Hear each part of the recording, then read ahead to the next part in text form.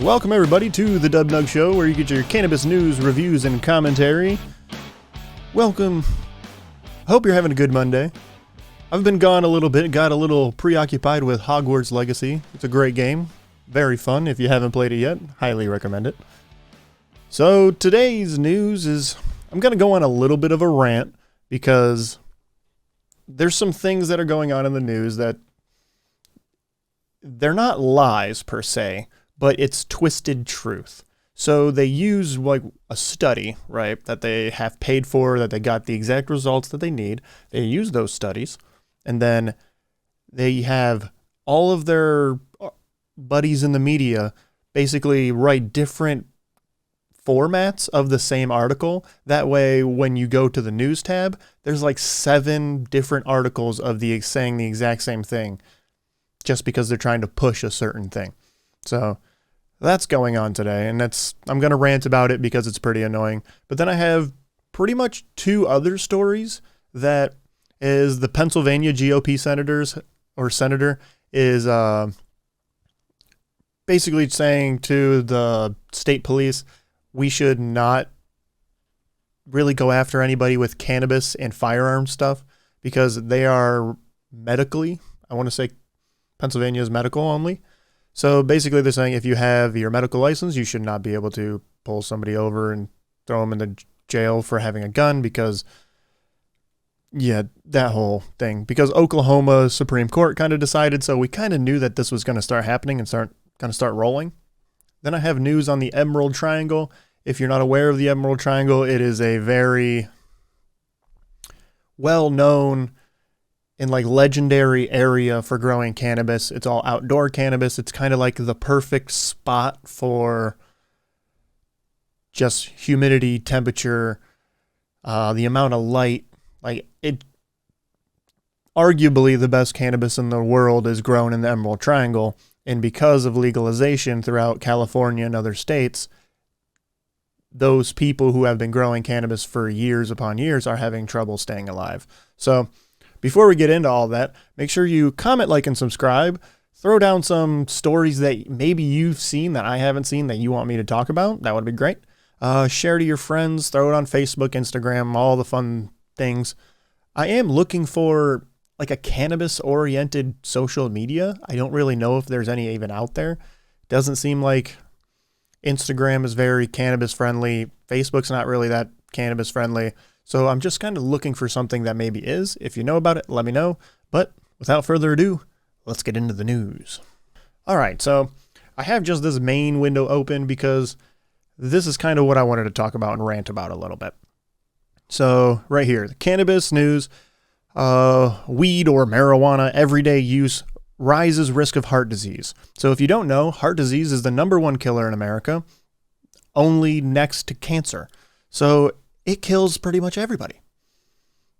The problem I have with these studies is, so now there's only two articles saying the same thing, but it was Bloomberg and all kinds of other ones. But anyway, so the problem I have with these studies is now they're saying everyday use of cannabis can lead to higher risk of heart disease, but so does drinking alcohol, so does smoking tobacco, so does vaping, so does not getting exercise. So McDonald's, I don't know if I said that yet, but unhealthy living leads to heart disease. So how are you going to just be like, oh, cannabis is now leading to heart disease, when it's like everything leads to heart disease? But that's not in the article, and there's no context to that. It's just like, well, if you smoke every day, you're going to die of a heart attack. It's like, well, if I smoke every day, I'll die of a heart attack. If I'm not taking care of my body and I'm overeating, I'll probably die of a heart attack. Like, if I'm drinking too much, probably die of a heart attack. Eating too much bacon, probably die of a heart attack. Like, all of these things is just like, yeah, no shit. It's so annoying. Like, because then there was multiple articles, basically all came out at the exact same time, saying the exact same thing, pushing a narrative saying, see, if you smoke weed, you're going to die of a heart attack. It's like, well, yeah. Do you have an article saying if I eat a large fry from McDonald's, I increase my risk of dying of a heart attack? If I don't work out at least 3 times a week, I probably increase the risk of my increase risk of having a heart attack or heart disease. Like, that's my rant on those ones. That stuff really annoys the shit out of me. All right, but this is, go back up. This is the Pennsylvania GOP senator pushes state police to reconsider gun restrictions for marijuana consumers. This is actually a pretty good one, and I actually have that gun, the Beretta 92 FS. Great gun. But the Republican state senator, which is actually, got to think about this. This is a Republican state senator. Normally the Democrats are the ones that are all cannabis, cannabis, cannabis. So now we have a Republican saying, hey, I'm cannabis and guns. Y'all need to chill out. If somebody legally goes through the process to obtain a marijuana card, because that's the legality in your state, how can you prosecute somebody for also owning a firearm, which is constitutionally protected? Like, one doesn't outweigh the other. You don't get to, just because you have one, it's not like you can't own any firearms and not drink alcohol. Like, that's not a thing. You shouldn't, like, there's laws that you can't have a firearm concealed while you're under the influence or drinking or anything like that. I mean, I understand those. It's safety stuff. But this is America. Senator Dan, he says, I believe Pennsylvania can take measured approach to lifting prohibition on otherwise qualified medical cannabis users from obtaining their license to carry. Please see the letter I wrote to the acting PA's police commissioner below. So then he has his whole letter. I'm not reading it, but so the part that's worth noting, he says, I strongly encourage to review the decision to take under consideration a change from the form SP 4-127. Basically, it's the line on the form to fill out a gun to where it talks about, it's the confusing question on cannabis. Because what it basically is saying, and I covered this in the Oklahoma one, was if you are a unlawful user or addicted to marijuana or other controlled substances, you must check this box. Which the argument is, I am not unlawfully using if I literally have a card from the state saying I am a lawful user. So I am not unlawfully using. So that's the argument behind it. And that's where this guy kind of went on and he broadened it a little bit. He wanted to make the changes to be, are you an individual who is a habitual drunkard or who is addicted to or an unlawful user of marijuana or a stimulant, depressant, or narcotic drug? So he kind of widened the brand and basically made it if you are an unlawful user, which is important. And that's where people get kind of confused. They're like, well, it's illegal. But is it illegal to you? Do you actually have a permit? Did you follow the steps? Because in my mind, if I follow the steps to get a concealed pistol license, which to me is unconstitutional anyways, but because that's the law, if I follow the law to get a concealed pistol license and I follow the law in the state to get a marijuana license, like a medical card here in Michigan, it's recreational, so you don't need it, but still. So say I had both of those cards, why wouldn't I be able to have marijuana on me and also have my gun on me? You have a license for both of those, but that's like a big no-no apparently. But in my mind, how is that not an arguable thing? You are doing it lawfully. You have access or you have permission from the state to do these things. So it's pretty, I think we're starting to kind of come into that legalization and that like mindset, that overturn of the legal system to where they're like, oh shit, how they're like almost rereading their words and saying, well, how can we tell somebody they're not able to carry a gun and have weed when they're both legal things and they did them both simultaneously and they're both legal? So how can you punish someone for doing things legally? Like, you set the law. The person's just following the law and did what you asked them to. Just saying. But yeah, basically this went on and it talks about other cases that have come up where somebody who works at a medical dispensary was driving to work, gets pulled over, has a gun on him, but also has a CPO, but then also has weed on him because the whole situation, I was like, that has happened before. So, and it most of the time gets thrown out because how can you argue that? You almost have to kick it up to a higher court. And most judges don't really want to deal with that. They're just like, hey, this is a wash. We're done. Because you need to change the legalization and how you get the cards before you can start prosecuting somebody,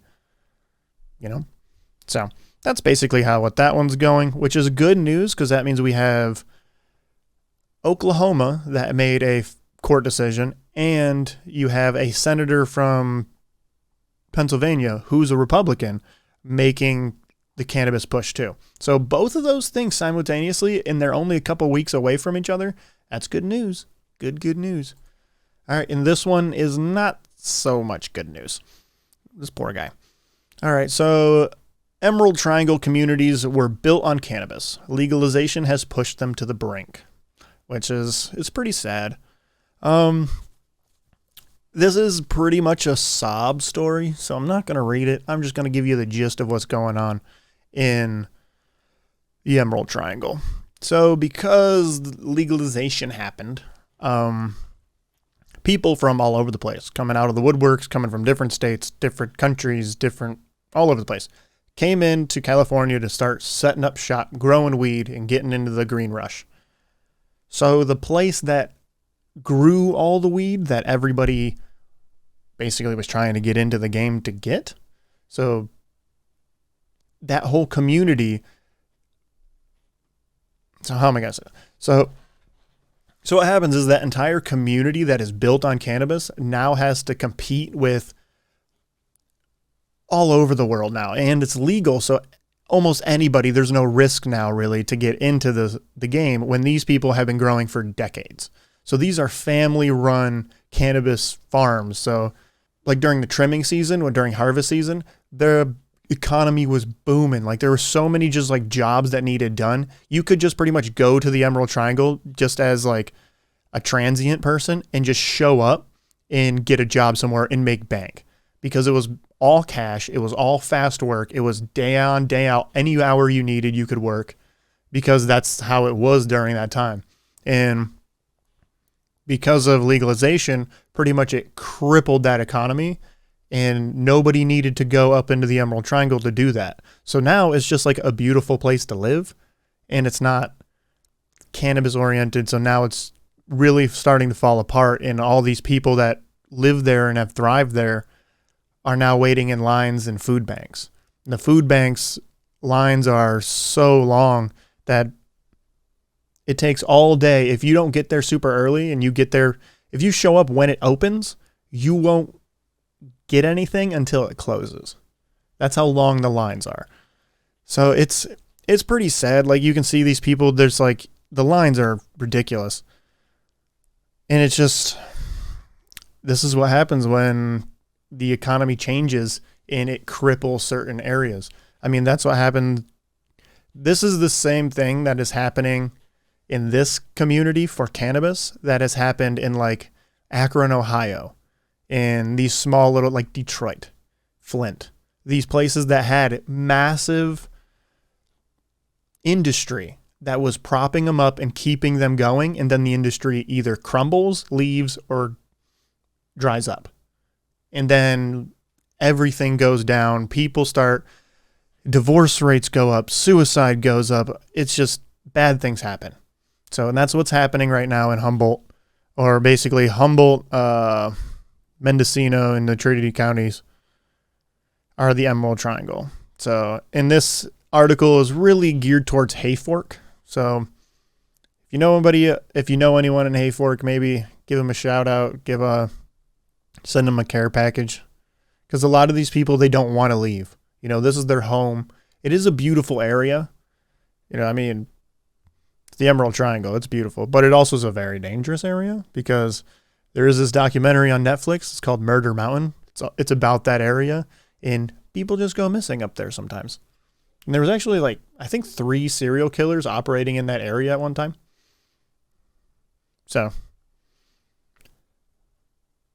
But this is a very interesting article. I'll link it in the description if you want to read it. It goes kind of really in depth on how the legalization just kind of destroyed this entire area, which is sad because, like I said earlier, this area was known for growing the best cannabis in like the world, arguably. I mean, everybody has their preferences, but if you had any of this weed, you would know. It's amazing. And it's all naturally sun-grown, so it's no indoor stuff. So that was pretty much all I had for you today. Wasn't too crazy. I mean, I kind of ranted a little bit on, it's the medical stuff, and it's the journalism that isn't real journalism. It's just like, hey, I need to push this narrative, and somebody calls their buddy who works at a different place and goes, hey, can you copy and paste this article, and then call your other buddy, and then call your other buddy? Like, that's what it is, and it's so annoying, because you see that stuff, and then it's arbitrary bullshit. Like, heart disease is going to kill you if you smoke weed. It's like heart disease is going to kill you anyway. It's the #1 killer in America. Next is cancer. So if you don't die of heart disease, you're probably dying of cancer. And if you don't do that, it's probably a fucking accident. So, all right. See what I mean? I can't keep going because all I do is rant on this shit. It annoys me. Thanks for watching.